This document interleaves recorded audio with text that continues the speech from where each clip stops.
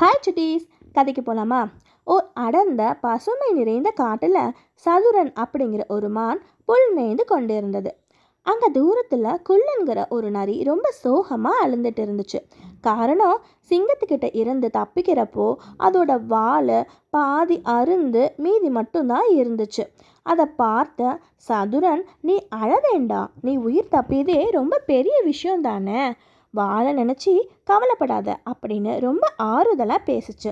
அடுத்த நாள் தூரத்தில் ஒரு சிறுத்தை சதுரன் மான்கிட்ட வரப்போகிறத குள்ளன் நரி கண்டுபிடிச்சிடுச்சு. குள்ளன் மானுக்கிட்ட மெதுவாக வந்து, சிறுத்தை உன்னை சாப்பிட உன் பின்னாடி ஒளிஞ்சிட்டு இருக்கு, நீ ஓடுனா கண்டிப்பாக அது உன்னை பிடிச்சிடும், நான் சொல்கிறத நீ கேளு அப்படின்னு சொன்னுச்சு.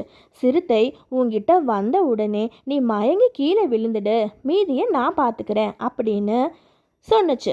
அதே மாதிரி சிறுத்தை வந்ததும் சதுரன் கீழே விழுந்து மயங்கிட்டான். குள்ளன் நரி தேம்பி தேம்பி அழ ஆரம்பிச்சது. சிறுத்தை கிட்ட சொன்னது, சிறுத்தை அண்ணா, இந்த மானுக்கு விஷ காய்ச்சல் வந்துடுச்சு, இதை தொட்டதால பாருங்க என்னோட பாதி வாழை காணோம், நீங்க தொட்டா உங்களுக்கும் இதே நிலைமை தான் அப்படின்னு சொன்னுச்சு. நான் சாக போறேன்னு ரொம்ப தேம்பி தேம்பி அழுந்துச்சு. இந்த மானை சாப்பிட்டு சாகிறதுக்கு நான் வேற உணவு தேடி போலான்னு சிறுத்தை அந்த இடத்தை விட்டு ஓடி போயிடுச்சு. சிறுத்தை கிட்ட இருந்து தப்பிச்சதால சதுரனும் குள்ளனும் ரொம்ப சந்தோஷப்பட்டாங்க. இந்த கதையிலேருந்து நம்ம தெரிஞ்சுக்கிறது என்னென்னா, நம்பிக்கைன்னு ஒன்று இருந்தால் நம்மளோட குறைய நம்ம பெரிய பலமாக மாற்ற முடியும். இந்த வாழருந்த குள்ளன் நரி மாறி. இந்த கதை உங்களுக்கு பிடிச்சிருந்தா கண்டிப்பாக லைக் பண்ணுங்கள், ஷேர் பண்ணுங்கள், சப்ஸ்கிரைப் பண்ணுங்கள். By by Chutties.